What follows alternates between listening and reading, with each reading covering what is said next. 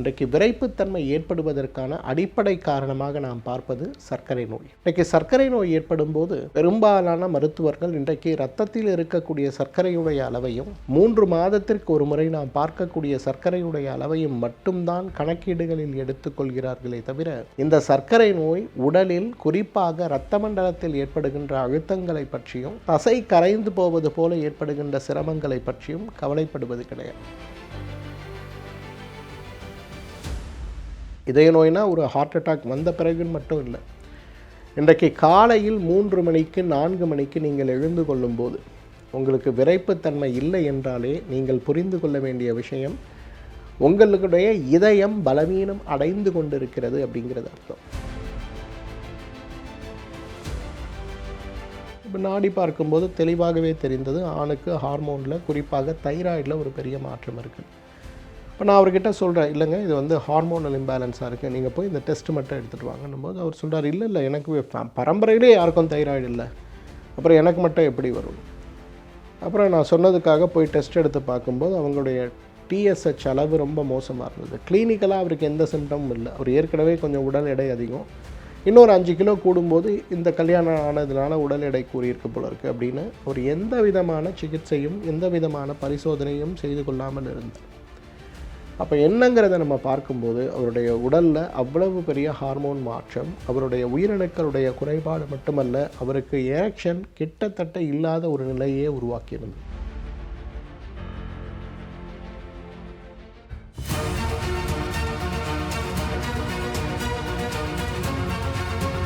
Doctor Srivarma's ஆரோக்கியமும் ஆன்மீகமும்.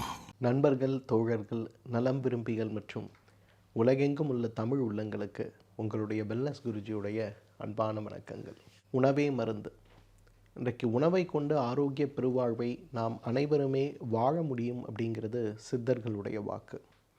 துரதிர்ஷ்டவசமாக கலாச்சாரமான உணவுகளையும் ஆரோக்கியமான உணவுகளையும் உணவு சமைக்கும்போது ஒரு உணவு மற்றொரு உணவோடு சேரும்போது அது உடலில் ஏற்படுத்தக்கூடிய நல்ல கெட்ட விளைவுகளை பற்றி அறிந்திருக்கக்கூடிய ஞானமற்ற ஒரு சமூகமாக நாம் மாறிய பிறகு உண்ணுகின்ற உணவு கூட இன்றைக்கு மருந்தாக செயல்படாமல் நம் உடலில் நிறைய நோய்களை கொண்டு வந்து விடுவதை பார்க்கிறோம். இன்றைக்கு இளமை காலத்தில் ஏற்படக்கூடிய நோய்கள், மத்தியம காலம்னு சொல்லக்கூடிய மிடில் ஏஜில் ஏற்படக்கூடிய நோய்கள், அதே போல் வயதான பிறகு ஏற்படக்கூடிய நோய்கள், தொற்றுக்களால் ஏற்படக்கூடிய நோய்கள், விபத்துகளால் ஏற்படக்கூடிய நோய்கள், பரம்பரையாக ஏற்படக்கூடிய நோய்கள்னு நிறைய நோய்களை நாம் இன்றைக்கு சமூகத்தில் பார்க்கிறோம்.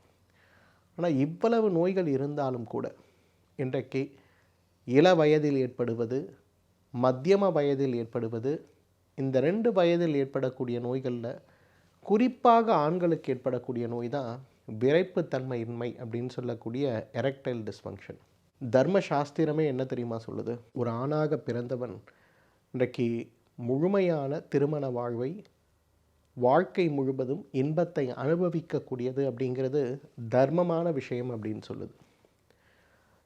இன்றைக்கு ஒரு கணவனும் ஒரு மனைவியும் இருக்கும்போது உடல் சார்ந்த விஷயங்களுக்காக மட்டுமல்ல, மனம் சார்ந்த, உளவியல் சார்ந்த, ஏன் ஆரோக்கியம் சார்ந்த விஷயங்களுக்காக குறைந்தது வாரத்திற்கு ஒரு முறையாவது ஒன்று சேர வேண்டும் அப்படிங்கிறது இயற்கையுடைய நியதி, மருத்துவ நியதியும் கூட. ஆனால் இன்றைக்கு துரதிர்ஷ்டவசமாக கோவிட் பெருந்தொற்று ஏற்பட்ட பிறகு, நம்மில் நிறைய பேர் நிறைய விஷயங்களை இழந்த பிறகு, வாழ்க்கையில் ஏற்பட்டிருக்கக்கூடிய அதீதமான பலவீனங்களும் மன அழுத்தங்களும் இழப்புகளும், இந்த மன அழுத்தங்களை வெளிப்படுத்த முடியாமல் இருக்கக்கூடிய சிரமங்களும், அதீத மன அழுத்தம் காரணமாக மருத்துவ சிகிச்சையும், அந்த சிகிச்சைக்கு நாம் எடுத்துக்கொள்ளக்கூடிய சில மருந்துகளும் கூட இன்றைக்கு ஆண்களுக்கு விரைப்புத்தன்மை இல்லாத ஒரு நோயை அல்லாது எரெக்டைல் டிஸ்ஃபங்க்ஷன் சொல்லக்கூடிய ஒரு நோயை உருவாக்கி விடுவதை பார்க்கிறோம். ஒரு காலத்தில் அதீத சர்க்கரை நோயினால் பாதிக்கப்பட்டிருப்பவர்கள், இதய அறுவை சிகிச்சைக்கு பிறகு நீண்ட கால மனநோய்க்கான மருந்துகள் எடுத்துக்கொண்டிருப்பவர்கள், உடல் ரீதியான முதுகுத்தண்டு சார்ந்த காயங்களும் விபத்துகளும் ஏற்பட்டு அந்த நோயோடு போராடி கொண்டிருப்பவர்கள் போல சிலருக்கு மட்டும்தான் இந்த எரெக்டைல் டிஸ்ஃபங்க்ஷன் சொல்லக்கூடிய நோய் இருந்ததை நம்ம பார்த்தோம். ஆனால் இன்றைக்கு தலைகீழாக மாறிவிட்டது. இன்றைக்கு நான் பார்க்கக்கூடிய 20லிருந்து 35 வயது இருக்கக்கூடிய ஆண்களில் இந்த சிரமத்தோடு போராடி கொண்டிருக்கக்கூடிய நிறைய பேரை இன்றைக்கு நம்ம பார்க்கலாம். இன்றைக்கு இந்த வீடியோவுடைய அடிப்படை நோக்கமே இந்த நோய் நமக்கு ஏற்படுவதற்கான காரணங்கள் என்ன, முக்கியமான 5 காரணங்கள் என்ன, இந்த நோயை பற்றி பொதுவாக சமூகத்தில் இருக்கக்கூடிய தவறான கருத்துக்கள் என்ன, இந்த நோயை குணமாக்க இயற்கை மருத்துவம் சொல்லக்கூடிய தமிழ் மருத்துவமும் ஆயுர்வேத மருத்துவமும் நமக்கு சொல்லிக் கொடுக்கக்கூடிய சுலபமான வழிமுறைகள் என்ன, இந்த 3-5 விஷயங்களை பற்றி தான் இன்றைக்கு நம்ம பார்க்க போகிறோம். முதலாவது, ஏன் விரைப்புத்தன்மையின்மைன்னு சொல்லக்கூடிய எரெக்டைல் டிஸ்ஃபங்க்ஷன் ஏற்படுது? 5 முக்கியமான காரணங்கள். முதலாவது காரணம், இன்றைக்கு விரைப்புத்தன்மை ஏற்படுவதற்கான அடிப்படை காரணமாக நாம் பார்ப்பது சர்க்கரை நோய். இன்றைக்கு சர்க்கரை நோய் ஏற்படும் போது பெரும்பாலான மருத்துவர்கள் இன்றைக்கு இரத்தத்தில் இருக்கக்கூடிய சர்க்கரையுடைய அளவையும் 3 மாதத்திற்கு ஒரு முறை நாம் பார்க்கக்கூடிய சர்க்கரையுடைய அளவையும் மட்டும்தான் கணக்கீடுகளில் எடுத்துக்கொள்கிறார்களே தவிர இந்த சர்க்கரை நோய் உடலில் குறிப்பாக இரத்த மண்டலத்தில் ஏற்படுகின்ற அழுத்தங்களை பற்றியும் தசை கரைந்து போவது போல ஏற்படுகின்ற சிரமங்களை பற்றியும் கவலைப்படுவது கிடையாது. இன்றைக்கு சர்க்கரை நோயுடைய டைப் 2 டயபெட்டிஸ் உடைய மேனேஜ்மெண்ட்டுடைய அடிப்படை விஷயமாகவே பார்த்து கொண்டிருப்பது எது? ஒருவேளை உங்களுடைய உடல் எடை கூடுதலாக இருந்தால் அந்த உடல் எடையை குறைப்பதற்கு நீங்கள் எடுக்க வேண்டிய முயற்சிகள் என்ன அப்படிங்கிற ஒரு விஷயத்தை பற்றி மட்டும்தான் இன்றைக்கு பெரிய அளவில் பார்க்கிறார்களே தவிர சமீப காலத்தில் கூட உடல் எடை குறைப்பிற்கான 2 பெரிய ஊசி மருந்துகள் உலகளாவிய அளவில் பிரசித்தி பெற்ற ஊசிகள் இந்தியாவில் அறிமுகம் செய்யப்பட்டது. அந்த ஊசிகளை மிகப்பெரிய அளவில் பரிந்துரைக்கக்கூடிய மருத்துவர்களாக யார் இருக்காங்கன்னா சர்க்கரை நோய் சிறப்பு மருத்துவர்கள் தான். உங்கள் எடை 100 கிலோ இருக்கீங்க, நீங்கள் 80 கிலோவுக்கு வந்தால் உடனே உங்களுடைய சர்க்கரை நோய் குறையும். ஆனால் உங்களுடைய செக்ஷுவல் பர்ஃபார்மன்ஸும் அது கூட குறையும் அப்படிங்கிறத இன்றைக்கி கவனிப்பது கிடையாது. ஸோ இன்றைக்கு சர்க்கரை நோயை குறைக்க இரத்தத்தில் இருக்கக்கூடிய சர்க்கரை அளவீடுகளை மற்றும் கணக்கீடு எடுத்துக்கொள்ளக்கூடிய ஒரு வழிமுறையில் இன்றைக்கு பெரும்பாலான மருத்துவ சிகிச்சையில் உள்ளவர்கள் நாம் இருக்கும்போது அந்த மருத்துவ சிகிச்சை முழுமை பெற்ற மருத்துவ சிகிச்சையாக இல்லாத ஒரு நிலை இருக்கிறதுனால 100ல் குறைந்தது 70 சர்க்கரை நோயாளிகள் இன்றைக்கு எரெக்டைல் டிஸ்ஃபங்க்ஷன் சொல்லக்கூடிய விரைப்புத்தன்மை குறைபாடு நோயினால் அதீதமாக பாதிக்கப்பட்டிருக்கிறத நம்ம பார்க்கிறோம். இரண்டாவது, விரைப்புத்தன்மை குறைபாடுக்கு அடிப்படை காரணமாக இதய நோய் இருக்கிறத பார்க்குறோம். இதய நோய்னா ஒரு ஹார்ட் அட்டாக் வந்த பிறகுன்னு மட்டும் இல்லை.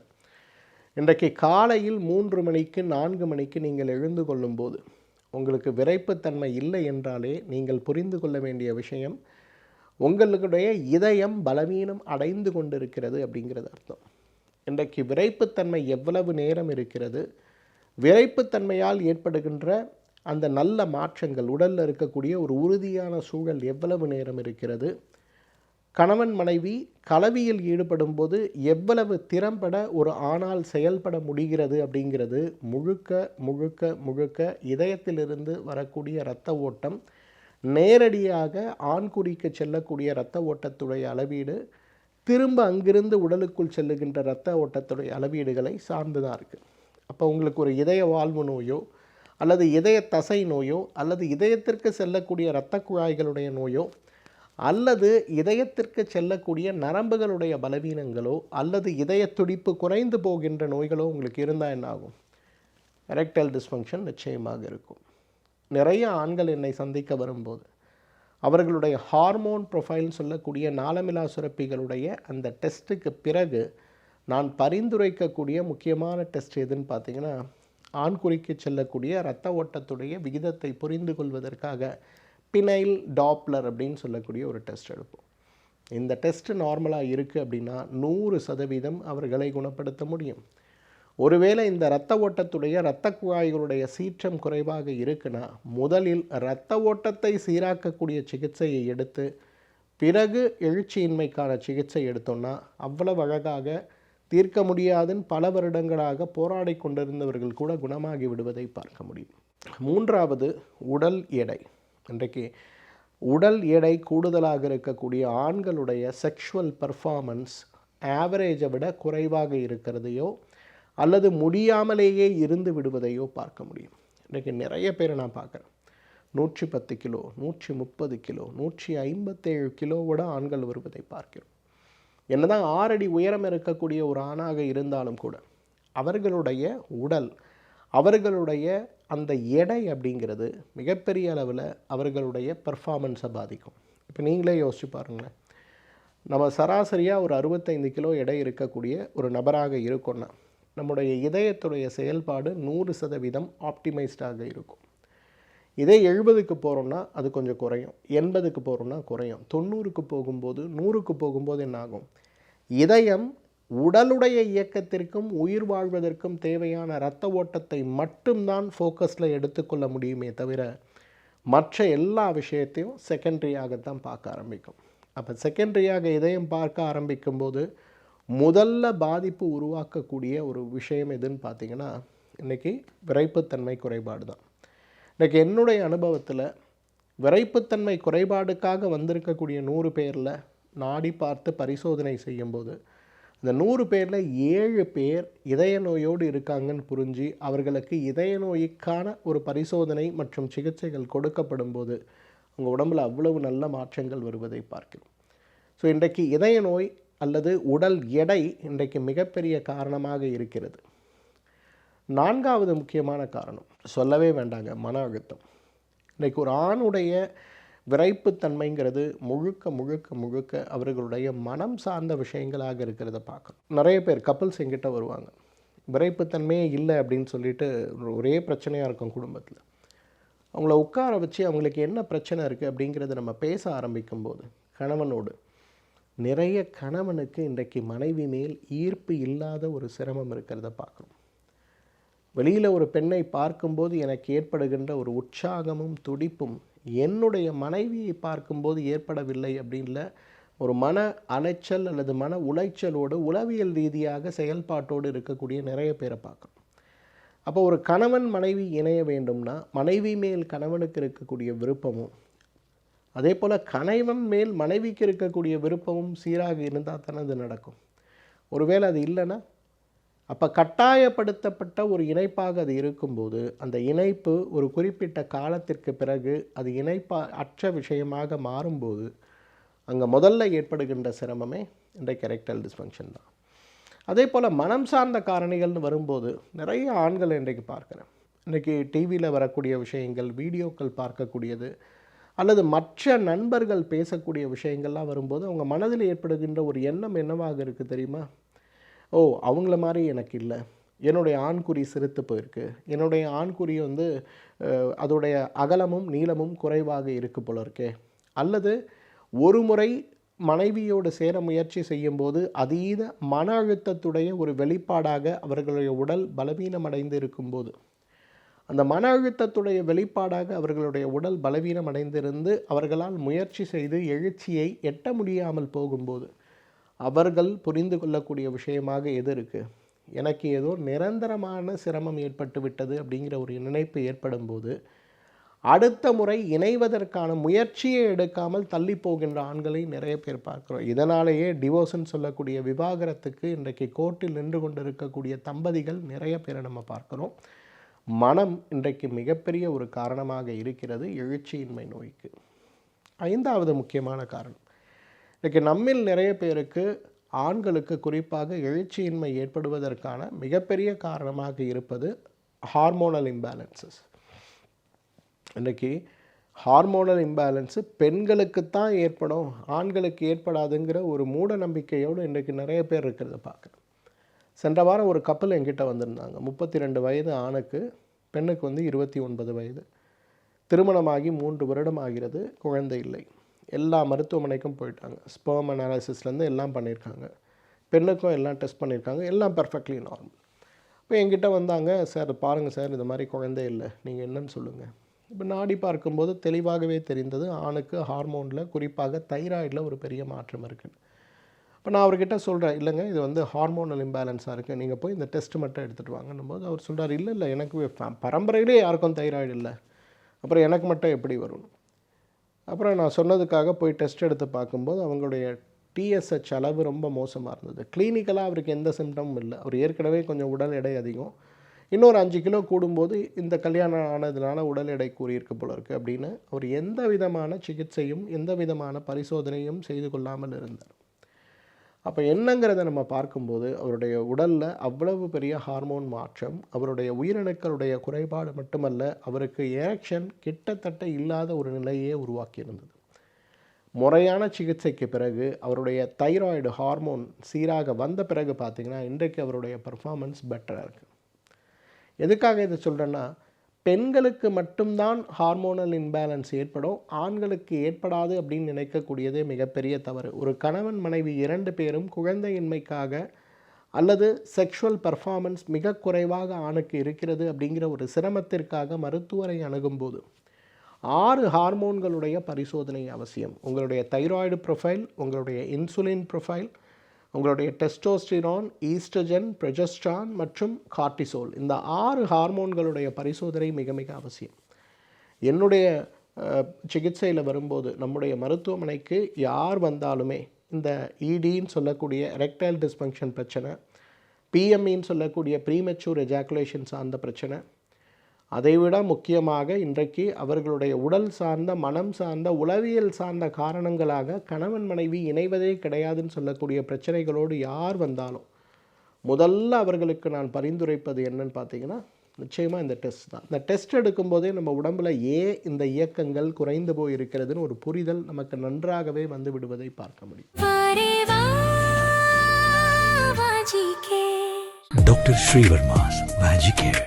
His wellness for her happiness. ஆயுர்வேதம் ஒரு பொக்கிஷம், நம் ஆயுள் நீட்டக்கும் அற்புதம்.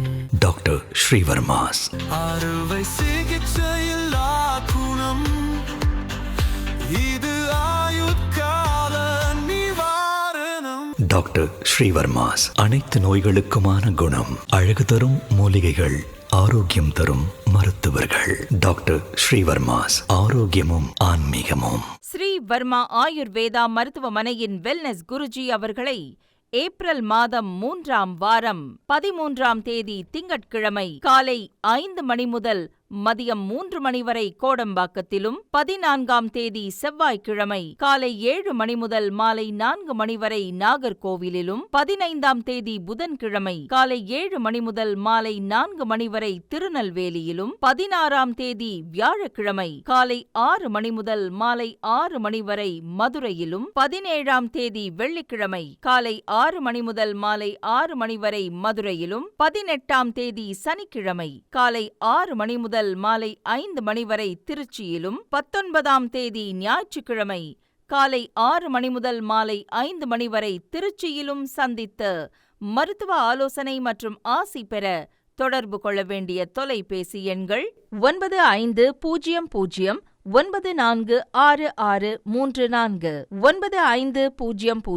9500946635.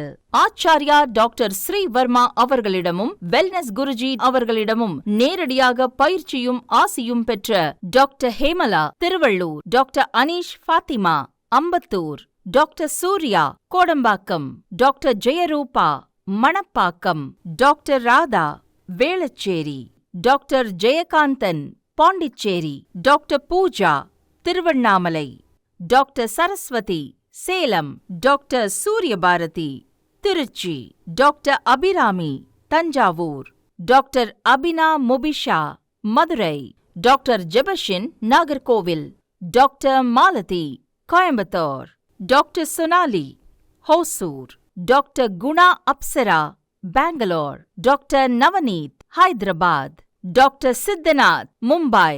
பட்டப்படிப்பு மற்றும் பட்ட மேற்படிப்பு முடித்த மருத்துவர்களை சந்தித்து சிகிச்சை பெறலாம். முதுகு வலியா, மூட்டு வலியா, கை கால் நீட்ட மடக்க இயலாமையா, அறுவை சிகிச்சை இல்லா குணம், ஆயுட்கால நிவாரணம். டாக்டர் ஸ்ரீவர்மா PCR, மகாராஜா தைலம் அனைத்து மருந்து கடைகளிலும் கிடைக்கும். அனைத்து நோய்களுக்குமான குணம், ஆரோக்கியம் தரும் மருத்துவர்கள். Doctor Srivarma's. Doctor Srivarma's Magicare. His wellness for her happiness.